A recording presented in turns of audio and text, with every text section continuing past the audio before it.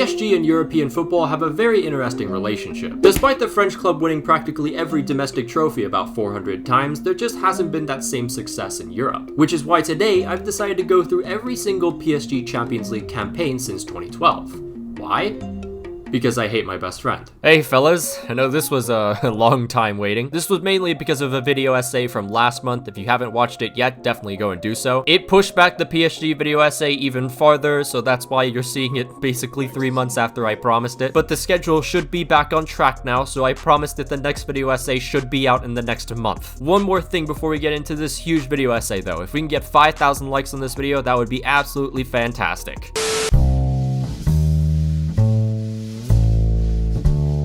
Paris Saint Germain, a club founded in 1904 that had just won promotion in Ligue 2, and Paris FC, a virtual side founded by two businessmen, merged together to form Paris Saint Germain Football Club in 1970. With an already established fan base and improved squad, PSG won promotion to Ligue 1 in their debut campaign. The club then survived their first season in the top flight, finishing 16th. Now you can run from relegation, but you can never run from the taxman. PSG was struggling financially, but luckily for them, the Council of Paris were more than happy to save the club, on one condition. They wanted the club to adopt the more Parisian name of Paris Football Club.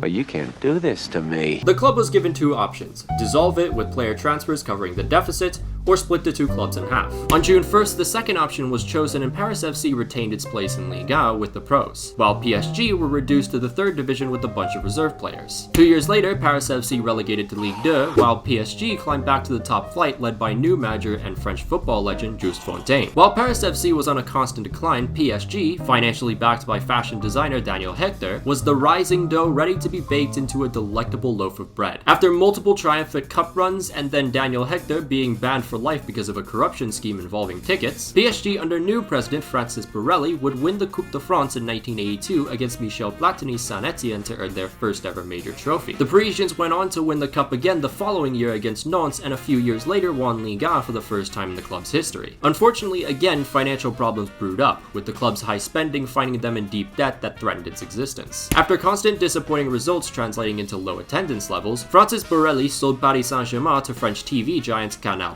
in 1991. The TV company wiped clean the 50 million francs of debt that PSG was in and appointed journalist Michel Dunisson as club president. With 40% of PSG's revenue coming from televised games, it helped the club skyrocket as one of the richest in France. The Parisians during this newfound era constantly bought in star signings like Valdo, David Ginola, Rai, and George Weah. Between the years of 1991 and 1998, the Parisians had their most successful spell, winning numerous amounts of silverware, including a league title and a UEFA Cup Winners' Cup in 1996. They also made a semi-finals appearance in the 1994-95 Champions League. PSG's golden era came to an end, however, and club president Michel Denisson left in May of 1998. He was replaced by Charles Biatry. He lasted 7 months and is remembered by the PSG faithful as Fossoyeur, French for gravedigger. Biatry's tenure would foreshadow much of the same mismanagement for the years to come. PSG was constantly failing to attract local talent, who in turn opted to join their league rivals. And before Shakhtar Donetsk's little Brazilian obsession, PSG between the years of 1997 to 2007 purchased 16 Brazilians. All failed to make an impact with the exception of Ronaldinho, who alongside Gabriel Heinz, Pedro Pauleta, and Super Mario Yepes helped the Parisians to a second place finish in Ligue 1 and a Coupe de France in 2004. The Parisians would win 2 trophies in this period, but the club became more well known for stumbling from one high profile crisis to another. From 2004 to 2006, PSG was the only French club with a large amount of debt, and eventually after so many years of disastrous mismanagement, the club parted ways with Canal+ in 2006. PSG was then sold for 41 million euros to a bunch of investment funds. The next 2 years presented some of the darkest times for Parisian fans. The club barely avoided relegation to Ligue 2 thanks to Amara Diane's heroics on the final day. However, stability was restored on a historic June day in 2011. Tamim bin Hamad Al Thani, the Emir of Qatar, bought a 70% stake in PSG through the Qatar Sports Investments Organization. This was part of the blueprint for Qatar to expand their economy outside of just oil. It was also used to present the nation as a great footballing country before the 2022 World Cup. This, my friends, is what we call sports washing. Nevertheless, the transaction made Paris Saint Germain the richest club not only in France, but in the world. In the 2011-12 transfer windows, thanks to new sporting director Leonardo, PSG signed a multitude of quality talent with their newfound wealth, which included 24-year-old striker Kevin Gamero, who had 50 goals and a little over 100 appearances for Lorient. Another included up-and-coming talent Blaise Matuidi from Saint Etienne, and an Argentine compared to Kaká in Javier Pastore. PSG spent 42 million for his services. In the following season, the Qataris bought the remaining 30% of PSG, valuing the club at 100 million euros, and the rest would be history as the club won its first league title since 1994. Since 2013, PSG has absolutely dominated the French domestic scene. 7 league titles, 6 Coupe de France, 6 Coupe de la Ligue, and 8 French Super Cups. But on the European side of things, it has been a completely different story despite spending over 1.4 billion on players since QSI first bought the club. Before unlocking the unlimited money glitch, PSG had 5 Champions League appearances. Paris Saint Germain's last appearance before the Qatari acquisition was back in 2004, where they finished dead last in their group. In 2012, Carlo Ancelotti was brought in after Antoine Kombare was sacked, while the club was first. Ignore that they crashed out of the cup in Europe, it's still funny. Ancelotti at the time had been sacked by Chelsea with the 3rd highest win percentage of all time in the Premier League. He was able to lead PSG back to Champions League qualification for the first time in 8 grueling years. Before Paris Saint-Germain's first venture back in the Champions League, the club spent loads of money on players. Acquisitions included Gregory van der Wiel from Ajax for 6 million euros, 19-year-old Pescara wonder kid Marco Verratti for 12 million, and Napoli's hero Ezekiel Lavezzi for 30 million. Sao Paulo's Lucas Moura had just come off scoring a hat-trick in the final of the U20 South American Championship, and PSG purchased his services for a whopping 40 million. Now, during this time period, some of you may remember that AC Milan was in quite the financial troubles. And what do clubs do as a nice gesture to these financially troubled clubs?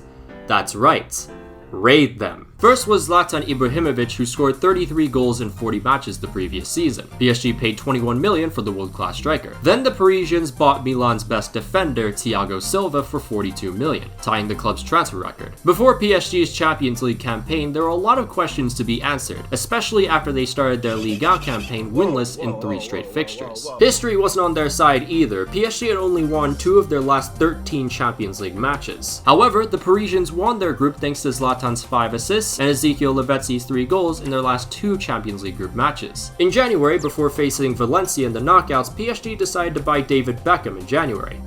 Why? Marketing. Paris Saint-Germain won the first leg at the Mestalla 2-1 thanks to goals from Ezekiel Lavezzi and Javier Pastore. They did just enough in the second leg to win the tie 3-2 on aggregate in Paris. Next was the almighty Barcelona, with the first leg in Paris. It's a known fact that Dani Alves walked so João Cancelo could run, and Messi gave Barcelona an early advantage. Zlatan Ibrahimovic cancelled out Barca's lead in the 79th minute, but a shabby penalty 10 minutes later would restore the Catalan lead. And just when you thought it was over, Blaise Matuidi sent Paris into delirium with an unlikely draw against one of the best teams in the world. Even though Barcelona were going into the second leg with an away goal advantage, they would be without Messi for at least the start of the game because of a hamstring issue. PSG for the first hour looked the better team, and their constant threats finally were rewarded. But just when PSG were eyeing the semi-finals like a 1940s cartoon character seeing a woman, in came Lionel Messi. This alien, pretending to be human, had to wait his turn, but once he was on, Barcelona were a completely different force. Pedro scored Barcelona's equalizer, which was enough to send the Catalans to the semi-finals on away goals. They were then ass-blasted by Bayern Munich as tiki-taka football met its quick demise. PSG let it slip once a magician appeared, but for a first Champions League appearance in 8 seasons, this was highly impressive. And if the Parisians could build upon this success, Old Biggers was not too far away from their grasp. Oh. Carlo Ancelotti's request to leave Madrid overshadowed PSG's first league title in 19 years. After initially refusing the Italians' request, Paris Saint-Germain changed their minds and replaced Ancelotti with former French national team head coach Laurent Blanc. To make things even more of a mess, sporting director Leonardo was banned for 9 months after pushing a referee. Man, that's worth 9 months? Leonardo then resigned from his position after suspension was extended to 13 months. 13? Paris Saint-Germain didn't spend the most of every club this time. In fact, not even of every French club with with Monaco spending 35 million more. The Parisians brought in 19-year-old Lucas Digne, who costed 15 million. He was one of the hottest prospects in French football at the time. Other acquisitions included another 19-year-old in Marquinhos, who was being chased by Manchester United and Barcelona after a fantastic season with Roma. But the biggest purchase of that window for the Parisians was a man whose jawline could cut through steel. Edinson Cavani for a record-breaking fee of 64.5 million. Cavani in the previous season with Napoli was Serie A top scorer and had bagged a total of 78 goals throughout his time in Italy. PSG finished top of their group in Champions League yet again, and Zlatan already had 8 goals to his name, including 4 in a game against Anderlecht. Next was Leverkusen, and the Parisians practically slaughtered the Germans in the first half of the first leg and played around with their lifeless bodies in the second. Paris Saint Germain won the second leg 2-1 and advanced 6-1 on aggregates. In the quarterfinal, PSG was up against Jose Mourinho's Chelsea. Paris Saint Germain had just 1 loss in their last 38 home games, and they made that 39 defeating the Blues 3-1 in the first leg. All the Parisians need to do now was protect the deficit at Stamford Bridge and see out their victory. But it wouldn't be easy. Andre Schürrle, who was subbed in for an injured Eden Hazard, scored early, and now all Chelsea needed was another goal to advance. The Blues continued to put on pressure, hitting the bar twice in a span of 2 minutes. But then came a moment for Paris to put the tie to bed. 76 minutes played, Yohan Cabaye picked out a beautiful pass, and Edinson Cavani, despite an elegant touch, couldn't keep the shot down. Still got control in. Have you kicked that over here? Huh? What? You try to kick it in the goal and you hit me? Got some f***ing brains, didn't you? 11 minutes later, PSG paid for not killing off the game as Demba Ba scored to send Chelsea to the next round. And yet again, PSG barely missed out on the last 4. The 2014-15 offseason was anything but peaceful. PSG breached financial fair play rules after overvaluing their sponsor contract with Qatar Tourism Authority. The deal brought the club up to 200 million euros a year, but UEFA experts found out the sponsor deal was only half that amount. As a result, PSG would have to pay a 60 million euro spread over the next 3 years and was forced to reduce their losses to 30 million by the end of the 2014-15 season. The club was also capped at 21 players instead of the usual 25 for the upcoming Champions League season. Transfers were far less eventful as well. UEFA allowed Paris Saint Germain only 1 player for 60 million or less, but forbade them from trying to break down the sum to buy more than 1 player. And thus, 27-year-old Chelsea defender David Luiz was purchased for 49.5 million, making him the most expensive defender in the world. Yes, you heard that correctly. This transaction was actually done before the World Cup, and we all remember what happened in that World Cup. PSG also signed Serge Aurier on loan from Toulouse with an option to buy. Aurier the previous season had 6 goals and 6 assists in an impressive campaign. He would be the replacement for longtime veteran Christophe Jallet, who moved to Lyon for 1.5 million that same window. Speaking of departures, youth product Kingsley Coman was another player on his way out, moving to Juventus for free. PSG drew into a group with Maqwell, Ajax, and a familiar foe, Barcelona, who now had not just Lionel Messi, but also Luis Suarez and Neymar. The group campaign started slow with a draw in Amsterdam. However, PSG made a big statement defeating Barcelona without Zlatan, albeit MSN looked more like a shitty search engine than a deadly trio. The Parisians continued their newfound momentum, winning their next 3 fixtures. A return fixture at Camp Nou was next, but no problem, you're fired. What? I'm literally you. You're still fired. Scenes of Javier Pastore as Ibra would score an early goal, silencing the crowd. Unfortunately for Paris Saint Germain, MSN had found all 7 Chaos Emeralds that night and absolutely cooked the Parisians. Paris Saint Germain ended the group runners-up, while Barcelona's thrilling comeback became the turning point of their season. Next was Chelsea in the round of 16, an opportunity for PSG to redeem themselves after letting their semi-final hopes fly away like a child who accidentally let go of their balloon. Thanks to Thibaut Courtois' heroics, the 2 teams played out a 1-1 draw in Paris for the first leg. PSG went to Stamford Bridge hoping not to replicate the miserable night they had nearly a year before, and the second leg of this tie would produce fireworks like no other. Vengeance will be mine! In the first few minutes, the Parisians went down to 10 men early on, after Zlatan went in for a 50-50 challenge that should have just been a yellow card had a storm of 9 Chelsea players not crowded the ref. When I get the red card, all the Chelsea players come around. But for me, I don't know, it felt like I had 11 babies around me. What also didn't help was Diego Costa being himself. For those of you who may not remember, this 800-year-old caveman was the biggest throughout the mid-2010s. Not even all the amount of rage I have for Bruce Arena could match even a single ounce of hatred I had towards Diego Costa. Anyways, PSG played fantastic attacking football but couldn't seem to finish their chances. And again, deja vu occurred when Gary Cahill thumped one home for Chelsea in the 80th minute to give them a 2-1 lead on aggregates. Nonetheless, this goal only increased the Parisian spirit, and just 8 minutes later, David Luiz beat Bronislav Ivanovic on a corner and sent a missile off the underside of the bar and into the net. The score was now level on aggregates going into extra time. However, Thiago Silva mid-match forgot he was playing football and pretended he was blocking a last-minute shot in Game 7 of the NBA Finals. Thiago didn't let the mistake get to his head. Instead, it was the ball that did, as it looped over Courtois and into the net. PSG went on to win on away goals in one of the most emphatic victories in the club's history. The quarterfinal draw would have Paris Saint Germain up against Barcelona. Again. This was PSG's second straight opportunity for revenge, and this one would be even sweeter because it would send the Parisians to the semis against the team that had denied them before. Unfortunately, having already collected all 7 Chaos Emeralds, MSN had now found all 6 Infinity Stones. PSG were reduced to atoms in both legs, losing 5-1 on aggregates.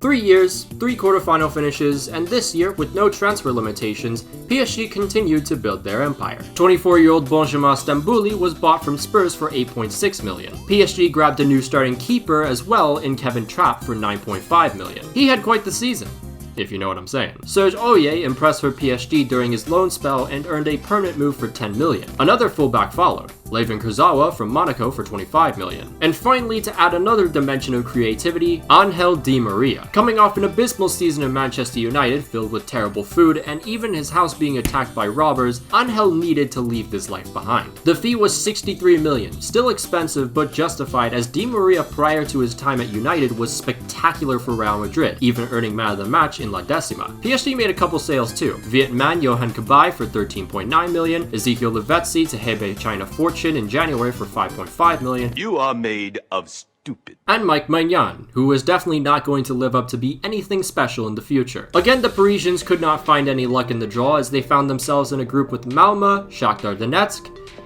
and Real Madrid. However, PSG won their first 2 matches and then managed a 0-0 draw against Madrid. It was the first time Real Madrid failed to score in a group match since 2008. Following the 0-0 draw was a return fixture at the Bernabeu. Madrid went up 1 early on after Kevin Trapp experienced for about 4 milliseconds what it was like to have a microchip created by Elon Musk inserted in your brain. Real Madrid went on to win their next 2 fixtures, and again Paris Saint Germain failed to win their group. And oh look! It's Chelsea again. The first leg in Paris began with a deflected Zlatan free kick, but right before halftime, Jean-Obi Mikel scored Chelsea's equalizer. Then the second half, an angelic pass from Di Maria was converted by substitute Edinson Cavani. Paris Saint-Germain would put a dagger in the tie thanks to goals from youth product Adrien Rabiot and Zlatan Ibrahimovic in the second leg. Having clinched the league title with a whopping 8 games remaining, all PSG needed to focus on was Man City in the quarterfinals now. But in 23 seconds, David Luiz received a yellow card, meaning he'd missed the next leg. However, he redeemed himself winning a penalty only for Joe Hart to save Ibra's attempt. Joe Hart, you Amazing keeper. Zlatan would again miss an easy chance a couple minutes later. To add more to an already miserable night in front of goal, Kevin De Bruyne stunned the Parisians,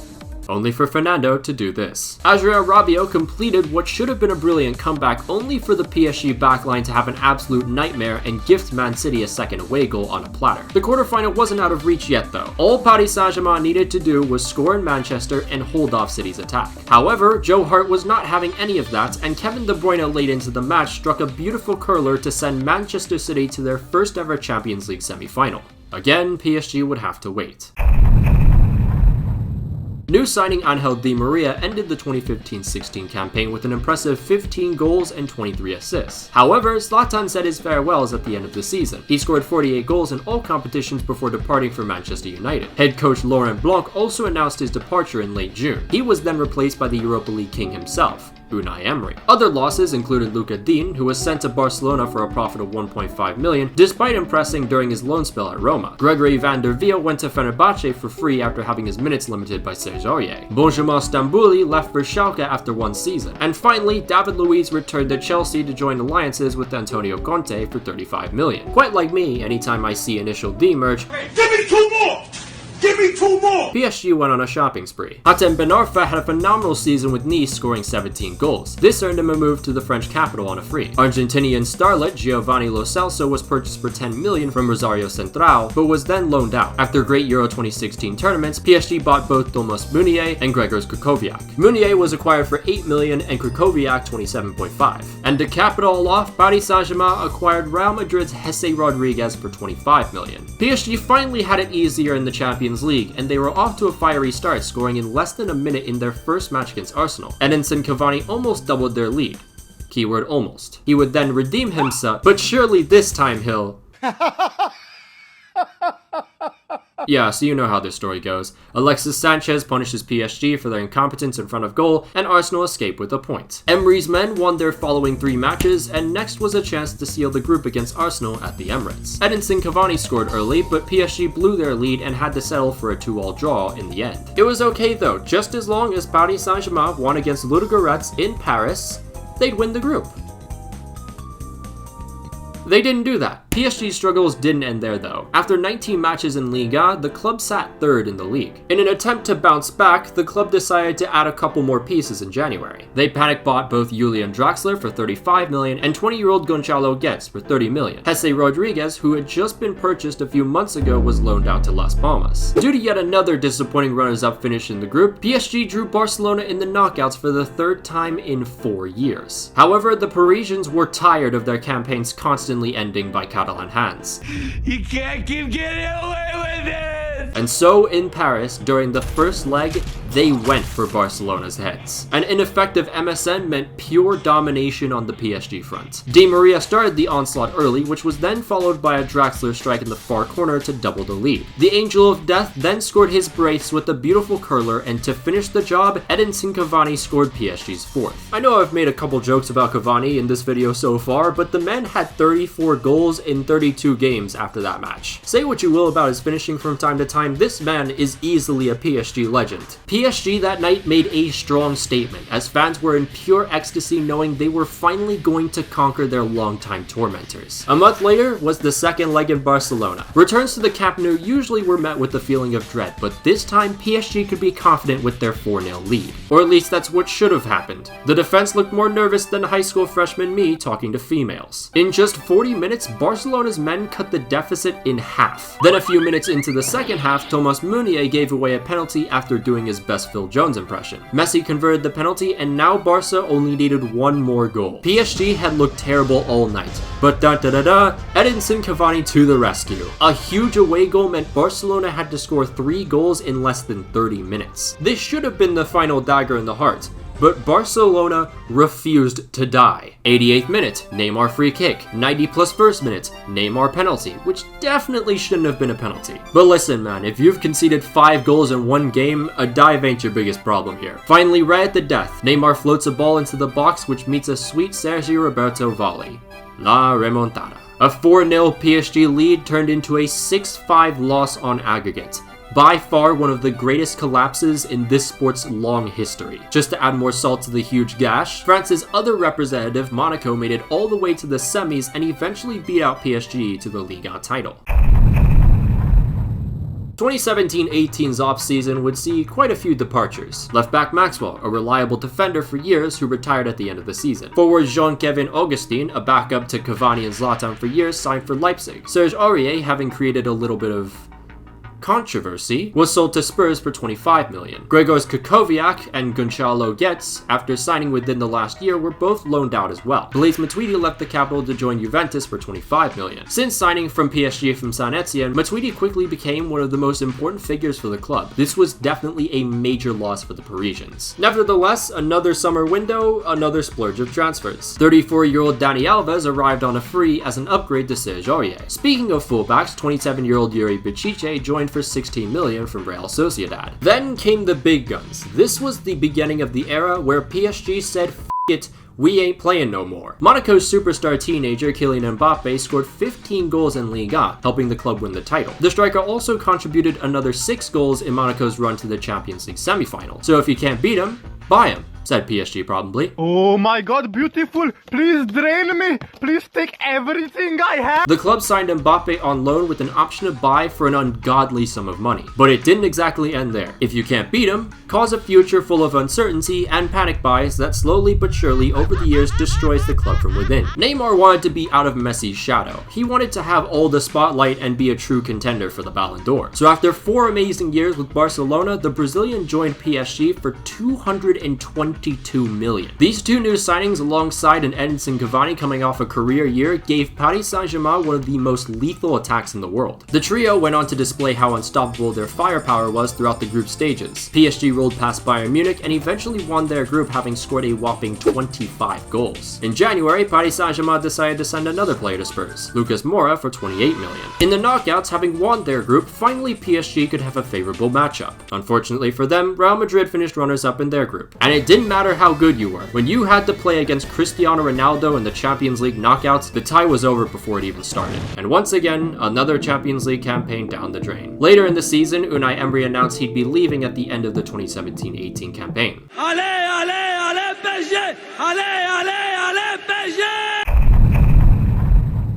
Following the departure of Unai Emery, Dortmund's Thomas Tuchel was appointed the new manager. Despite a wasted campaign, there are at least plenty of positives to look at. Neymar scored 28 goals and assisted 17 in all competitions, while Edinson Cavani had 40 goals in all competitions, helping PSG to another domestic quadruple. Kylian Mbappe had 13 goals and 9 assists in 24 Liga starts, along with 4 goals and 4 assists in 8 Champions League starts. PSG would be making an astronomically bad decision if they didn't make Mbappe's deal permanent. So on July 1st, 2018, Mbappe was bought for 180 million, making him the most expensive teenager in football history. The Parisians also bought defender Thilo Kehrer from Schalke for 37 million and left back Juan Bernat from Bayern for 5 million. Free transfers include Juve's Gianluigi Buffon and Eric Choupo-Moting from Stoke City? Eric had worked under Tuchel before, but still. With a decent amount of arrivals came quite a ton of departures. Thiago Motta retired after the 17-18 season. Hatem Ben Arfa, after having a massive dispute with the club, left at the end of his contract. One of PSG's OG signings, Javier Pastore, joined Roma for 24.7 million. Thomas Tuchel did not value Berchiche, so he went off to Bilbao for 24 million after 1 season in Paris. Odsone Edouard, who never played a single time for the club after being loaned out for 2 seasons, moved to Celtic for 10.3 million. Jonathan Ikone, another youth product, joined Lille for 5 million. And lastly, Gonzalo Guedes joined Valencia for 40 million after experiencing a breakout season with the Bats. After losing their first group stage match against an electric Liverpool side, PSG breezed past the competition, got their revenge in Paris, and went on to win the group. In January, Paris Saint Germain added Leandro Paredes from Zenit for 40 million, knowing their wonder boy turned troubled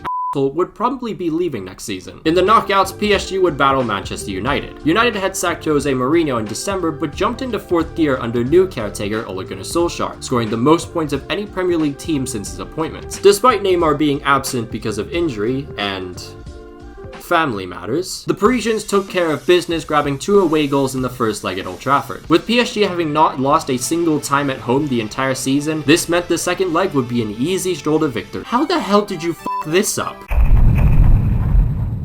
Well, at least on the bright side, PSG don't have to deal with Rabiot's mother anymore. However, since the beginning of the QSI era, Paris Saint Germain could never advance past the quarterfinal up to this point. Either opponents were far superior, or whenever it felt like the club was destined for the semis, they'd blow it in spectacular fashion. There just seemed to be some kind of curse put upon the Parisians. But remember the sporting director who got banned for months after pushing a ref? Well, he's returned to his role of dealing with PSG signings again. I am back! What it do, baby? Paris Saint Germain needed a new midfielder to provide the back 4 extra protection, and they failed to acquire one last year when Thiago Motta retired. They finally filled in that hole, buying Everton's Idrissa Gana Gueye for 30 million from Everton. Paris Saint Germain added more depth in the midfield, buying Pablo Sarabia from Sevilla for 19.5 million. Centre-back Abou Diallo impressed in 1 season with Dortmund, which earned him a move for 32 million to the French capital. Keylor Navas left Madrid for 13 million to start for the Parisians after being kicked to the curb by new signing Thibaut Courtois. Sergio Rico was then loaned in to add some depth to the goalkeeper position. Ander Herrera and Mitchell Bakker were acquired for free. And finally, the symbol of loyalty, Mauro Icardi, was loaned in with an option to buy. Transfers out include Gianluigi Buffon and Dani Alves for free, Giovanni Lo Celso for 21 million, Gregors Kukoviak for 12 million, Kevin Trapp for 10 million, and George Weah's greatest creation for 10 million as well. PSG's total exports came out to 105 million. It was the first time since 2009 that they had generated a profit. Paris Saint Germain went unbeaten in their group that consisted of Club Brugge, Galatasaray, and a Real Madrid side still struggling to get over the loss of CR7. The Parisians' most notable moment in this stage was coming back from 2-0 down against Real Madrid in just 2 minutes. Unfortunately, in the round of 16, PSG failed to realize they were up against the footballing robot and lost the first leg 2-1 in Dortmund. However, in the return fixture, despite no Mbappe for more than half the match, Paris Saint Germain came back to win the tie with 2 first-half goals from Neymar and Juan Bernat. The Champions League knockouts were then quickly postponed because of COVID. The tournament returned in August with a little bit of a change in format. As this was in a neutral area and also in August, 2 legs now became just 1. PSG were back in the quarterfinals after 2 grueling seasons, and Atalanta were the team that stood between them and the semifinals. Things did not start well for the Parisians though. Mario Pasalic caressed one in early on, and the struggles continued for Paris Saint Germain. The second half saw no change. Atalanta kept creating the better chances.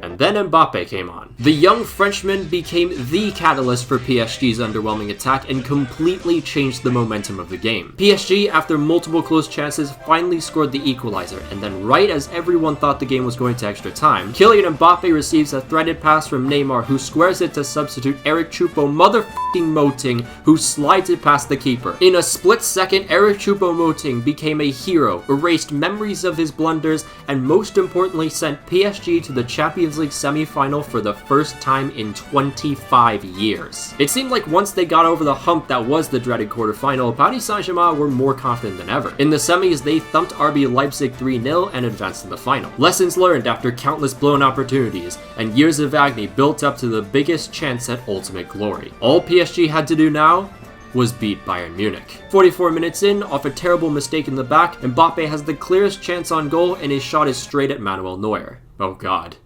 Don't tell me. Haven't we witnessed enough torture? PSG again paid for their missed opportunities, and Bayern scored in the second half. The goal scorer, none other than the Parisians' own youth product, Kingsley Coman. Soon the final whistle blew, and Bayern lifted the trophy as reflections of PSG players' tears beamed off of it. What could have been? Before the beginning of the 2020-21 season, plenty of players left once again. Thomas Meunier to Dortmund, Tanguy Nianzou and hero Eric Choupo-Moting to Bayern, Edinson Cavani to Manchester United, and the biggest loss of them all, PSG's best defender and captain Thiago Silva. In terms of imports, nothing too crazy for Parisian standards. Moise Kean and Danilo Pereira were loaned in, and Rafinha joined for free. Sergio Rico, after a decent loan spell, had his deal made permanent for 6 million. And finally, everyone's favorite family man, Mauro Icardi, joined permanently for 50 million? Am I reading this correctly? He scored 12 goals in Liga and another 5 in the Champions League, but are you sure about this one, Leonardo? PSG was not off to their usual fiery starts this time around. The club lost their first 2 Liga matches and lost 2 of their 3 Champions League games. They were really feeling the Champions League hangover. Thomas Tuchel would revive PSG's Champions League campaign, winning the group. Get out! Get out, Man United! Get out! However, it wasn't enough as his performances in Liga continued to suffer. He was sacked on December 29th, and a couple days later, former PSG player Mauricio Pochettino was appointed manager. PSG yet again met Barcelona in the round of 16, but things were different now. Very different. Barcelona managed to score first, but were then slaughtered by Mbappe and co, with the final score 4-1. And no, this time PSG didn't blow it. A 1-1 draw was more than enough to go through to the next round. Next was a rematch against Bayern, and PSG shocked the reigning champions on their own soil by scoring twice early on, but then Bayern scored 2 of their own. Unfortunately for the German club, who were missing Robert Lewandowski, Kylian Mbappe was unstoppable that night. Paris Saint Germain went on to win 3-2, and in the second leg, the Parisians did just enough to edge past Bayern on away goals. The semi-finals presented PSG their biggest challenge of the season, Manchester City. Last time these two met, they were slowly becoming European powerhouses, with Manchester City prevailing. This time, however, the Parisian spirit vowed things would be different. Man City's defense had been solid as a rock all season, but Marquinhos said, "F that, it's our year." In by De Bruyne! It's Morris! You gotta be kidding me. In the second leg, Riyad Mahrez and Man City put an end to the tie, eliminating PSG. The endless pain continued into the Liga season. PSG could only win once against the top four and lost the title to Lille. And what do you know? Look who won the Golden Glove that season. The Parisians tested the waters of the summer window at first, making Danilo Pereira's deal permanent for 16 million. A month later saw the arrival of Gini Wijnaldum from Liverpool for free. Then PSG took a full dive into the market. They bought Achraf Hakimi, one of the best right-backs in the world, for 60 million. Paris Saint Germain followed that up by snatching both Sergio Ramos and Gianluigi Donnarumma for free. Breakout star Nuno Mendes also joined on loan with an option to buy for 40 million. But surely with so many star signings, nothing could possibly top this. Oh, how f***ing wrong we were. Barcelona, thanks to their unbelievable incompetence, were not able to register Lionel Messi, which sent the world into a frenzy. Everyone thought Messi would play his career at Barcelona, and here he was, an ordinary free agent preparing for his next move. Man City and PSG were the only ones who could afford him. However, Man City had already purchased Jack Grealish for 117.5 million. So on August 10th, Lionel Messi joined Paris Saint Germain, and yet again the footballing world went mad. Neymar? Mbappe? Messi? What the f*** is this, FIFA Ultimate Team? This has to be PSG's year. Paris Saint Germain featured in one of the groups of death and finished runners-up, but their displays in uninspiring draws versus Club Brugge, RB Leipzig, and quite frankly almost every Liga game up to this point was pretty alarming. In all fairness to the Parisians, when you combine so many individual personalities and talents with little to no preseason or preparation, it's not going to be easy to grow chemistry and get the best out of everyone. One thing was for certain though, if the new Big Three along with the rest of the star-studded squad wanted Champions League glory, they needed to figure things out quickly. During the January window, Paris Saint-Germain were seeking new options for their lackluster midfield. They failed in their quest and did not make a single improvement throughout the entire window. The Parisians also crashed out of the Coupe de France, losing to Christophe Gaultier's Nice. With all the rumors circulating about Kylian Mbappe's next destination ever since he was nearly snatched up by Dark Lord Perez in the summer window, it was pretty comical when PSG drew against Real Madrid in the round of 16. Many dubbed this, of course, the Mbappe derby. This was to be a close tie. However, Paris Saint-Germain in the first leg dominated Real. Los Blancos were bunkered down in order to avoid the dangerous Mbappe run on the counter, but in turn it made their own attack completely non-existent. To add to Madrid's misfortunes, PSG were playing by far their best football of the season, with Mbappe at the forefront constantly applying pressure to Real's back line. The Parisians had a penalty in the 60th minute, but Lionel Messi couldn't convert. PSG continued to bombard Real, but nothing could find the back of the net. It was starting to feel like yet another frustrating Champions League night for the Parisians. But then, Kylian Mbappe with a moment of true brilliance splits two defenders, sends it low under Thibaut Courtois' legs, and the whole Parc des Princes explodes in excitement. 4 days later, Paris Saint-Germain lost to Nantes 3-1. They continued their subpar form in Liga, losing to Nice just 4 days before the second leg. Things got worse on the Monday before the big match when agent Idrissa Gana Gueye injured Kylian Mbappe in training. Luckily though, Mbappe was cleared to play. The second leg at the Santiago Bernabeu was played a month later, and having only won 1-0, PSG definitely wished they had converted some of their other 20 shots in the first leg. However, PSG started on the high they had left off in Paris. Oh wait, it's offside. Real had much more bite, but it also meant they were vulnerable in the back. Mbappe finished his dinner beautifully, and PSG were just that bit closer to the quarterfinal. Then Kylian Mbappe's brace in the 53rd minute put the tie to bed. Oh, that was offside too? About 7 minutes later, agent Gianluigi Carius gave Real a lifeline. But it's alright, PSG has learned from its mistakes this time. All they have to do is simply control the match like they have been throughout the last 140 minutes of this tie, and they'll be okay. Slipped in, Benzema! Oh my god. They're doing it again, aren't they? He's level with him now in terms of goals for Real Madrid. He's got another!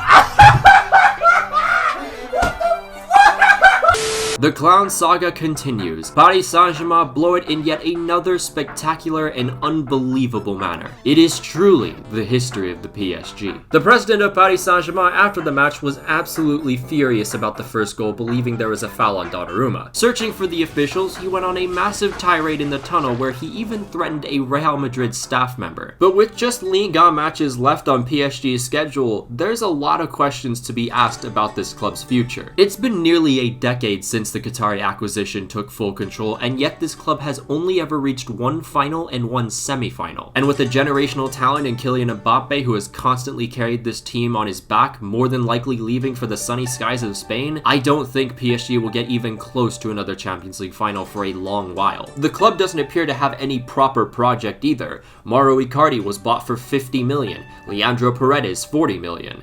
It's just a shit show currently. There have been rumors about Zinedine Zidane managing next season, which would be a huge step up from Pochettino, but again, there needs to be a proper project. And until then, Paris Saint Germain will forever be the richest laughingstocks in the world. I can't believe it! We've done it! The PSG video essay is complete! It only took 3 months. Now, I know the video essays haven't been that consistent. To be fair though, I did actually release one last month. The problem there was it was kind of a very last minute project that I did, and it also pushed back the PSG video essay as a result. But from here on out, I think things will be a little bit more organized and I don't have to really stress too much. I can't wait for that statement to absolutely blow up in my face and age so poorly. But for right now, we're living in the present and things look good so far. But of course, a massive thank you to all the patrons that allow this to be possible. Janos Balas, Alex Rod, Daniel Ortiz, Joseph Bonfante, Nguyen Mintang, The Motor Drive, Victor, Dominic Griffin, Emmett Shea, Lewis, Tomicus, Andres Was Never Here, Big Bird, Cash Getty, Exo, Itachi the Homie, James Huggett, Casa, Mark Morcos, and Nathan Trong, and a massive shout out to the rest of you guys. If you'd like to become a patron, there's a link down below and up in the annotations. You can follow my Twitter if you want to see me jinx even more teams. Follow my Instagram if you like, follow my TikTok, trying to get to 6,000 there, and of course, you can follow my inactive Twitch, which sometimes actually does stream at least once a month, so just watch out for that. But until then, I'll see you guys.